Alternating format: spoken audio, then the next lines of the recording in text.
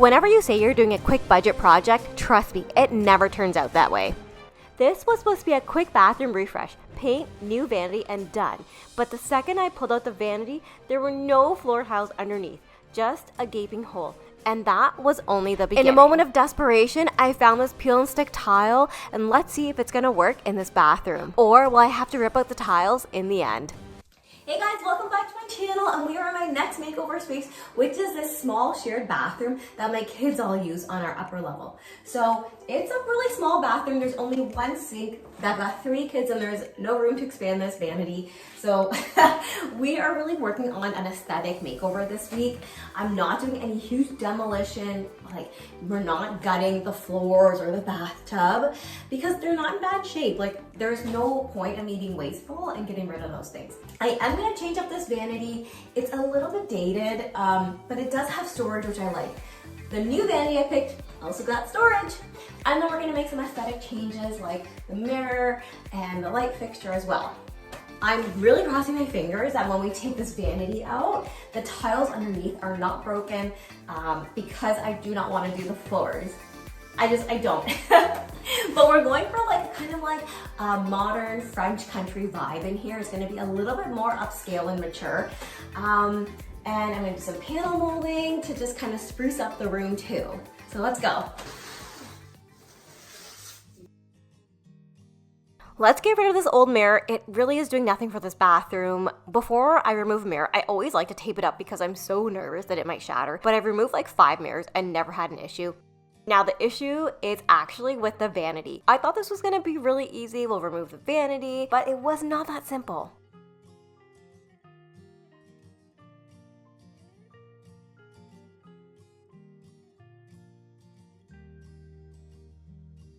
So I actually just noticed there's a screw that attaches this vanity into the wall, and it is literally right behind the sink, which means that to take it out, I need to remove the counter, remove the sink, and then, you know, get it out. And I think that's just like beyond what I want to do because for the first time I'm actually hiring out. I don't love to do plumbing, so I am gonna have someone else install the vanity because he'll just be so fast at it.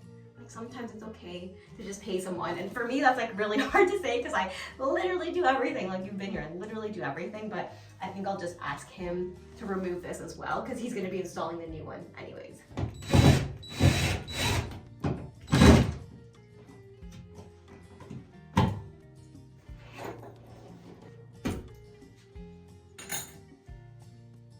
So I just measured this because I was hoping that I wouldn't have to repair all of this.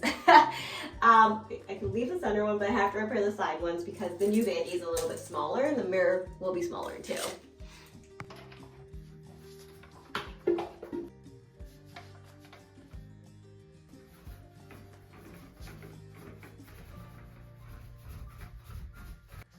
So the only reason I'm priming just these spots is because if you don't, sometimes you get like flashing, which is like the paint color picks up the spatula a bit differently than the primer would. So I just want to minimize that a bit, but I'm not going to primer the entire washroom. My plumber's here to help me out today, so he's going to be removing all the toilets and replacing them in the house. Honestly, this looks easy enough to do, but he is so strong that he could just lift out these toilets himself.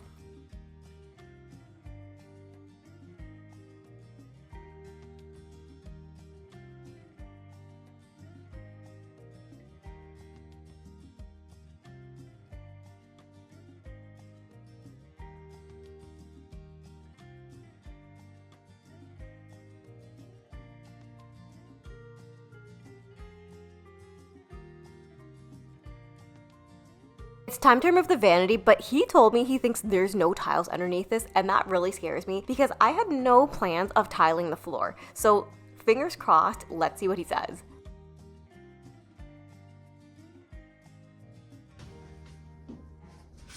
I will literally cry if there is no tiles underneath this vanity because it's not in my bingo card to do tiling in here, to rip out all these tiles. Because this was just supposed to be a quick bathroom makeover, okay? It shouldn't be. Nope. Oh no! After a lot of consideration, I have decided to remove the vanity and we will tile underneath it and then put peel and stick flooring. Now this is a small bathroom, so actually tiling it would not be that hard, but it's just not in the budget because I would love to do heated floors in here down the line when I do it proper. So that requires like the heated flooring mat, getting the electrician to come. So we're just gonna do what I had initially intended, even though it's kind of like a bigger project now. And you bet when we removed the vanity, there was no tiles underneath and the water line was in the wrong spot. So I'm using a floating vanity, which means that if I leave the pipes coming out of the floor, you'll be able to see them, which would be hideous. So I had to get the plumber to also move the pipes into the back of the wall. Before we deal with the tile in this section, we have to close off this and then this. Because it's a floating vanity, you will definitely be able to see this. Like, not that well, but you may be able to see it from the hallway. And then this is just the floor. So I basically just took a piece of paper, my kid's artwork, and I made a little template in here. And then I cut it out. I transferred it to this piece of wood. So let's see how this fits. I had no expectation that this project would escalate so quickly, but here I am just trying to do the best I can. And honestly, I think this is really realistic for a lot of DIYers, especially in a bathroom, because you'll start off not knowing what's really there. So I covered the hole for the floor, and then I also patched the drywall because you'll be able to see that from the back because again, I've got this console sink. Nobody said I was a mudding expert, but we're just gonna do the best we can, knowing full well that you won't be able to see it that much with the vanity covering most of it.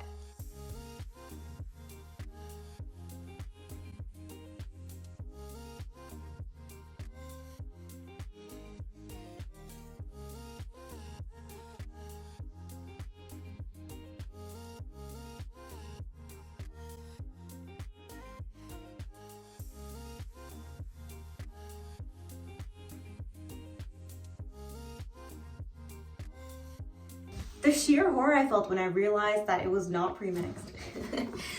This is not what you should use. Please use drywall filler. I'm not going to the hardware store again today. Okay, that's it. Like one time is enough in a day.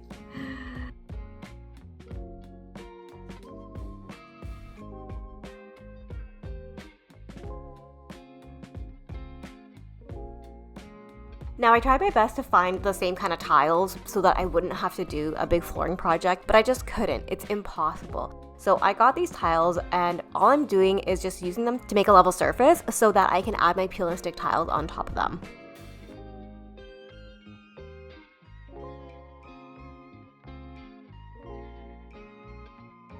So I'm using this pre-mixed grout. Like this is probably not what you're gonna use if you're gonna do the whole floor, but because I just want to get this done.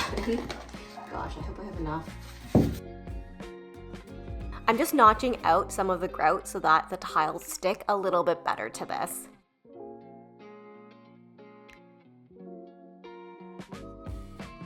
And then I've got these spacers that are gonna help the floor be really level underneath that vanity.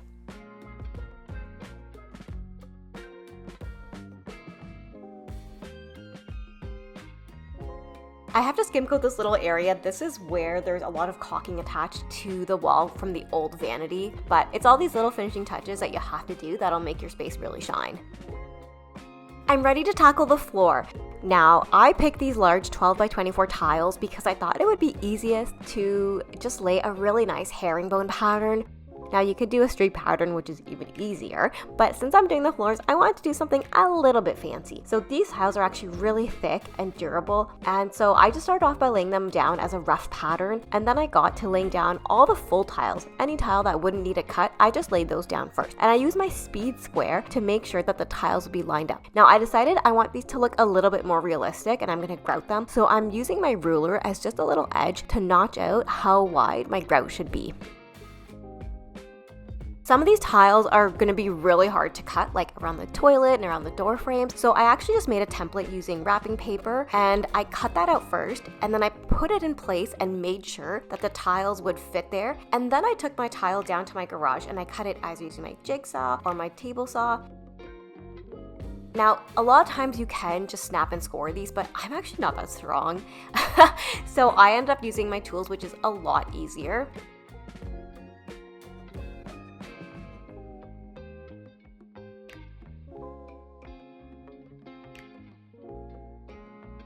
Putting together all these pieces is like a puzzle and is so satisfying.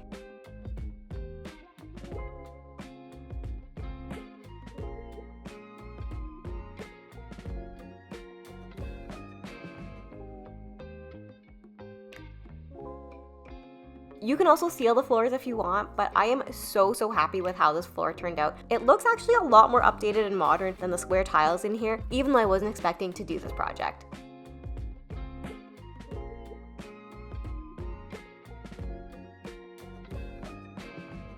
No, I'm using a pre-mixed grout because it's just so much easier, and I'm using like a gray color, which is kind of like the veining in these tiles.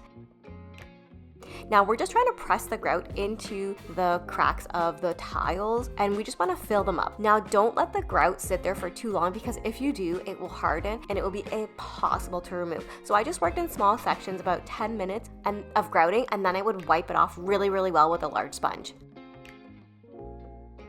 Next up, give your floor a good clean and we're ready to grout. When you're cleaning tile grout, having 2 sponges and 2 buckets isn't just a nice to have, it's an essential. One bucket should hold your cleaning solution, and the other is just for rinsing off dirty water with your sponge. This keeps your cleaning solution uncontaminated, so you're not just spreading all the mortar back and forth into the grout.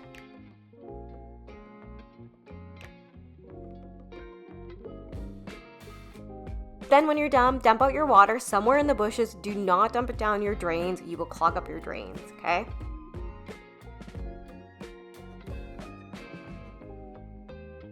Come back next week when I finish off this bathroom, because that flooring was an unexpected detour, but I've got so much fun things to do, like paint, panel molding, installing the new vanity, a new shower curtain, and bring together the whole bathroom and that whole French provincial vibe. I'll see you next time, and keep DIYing.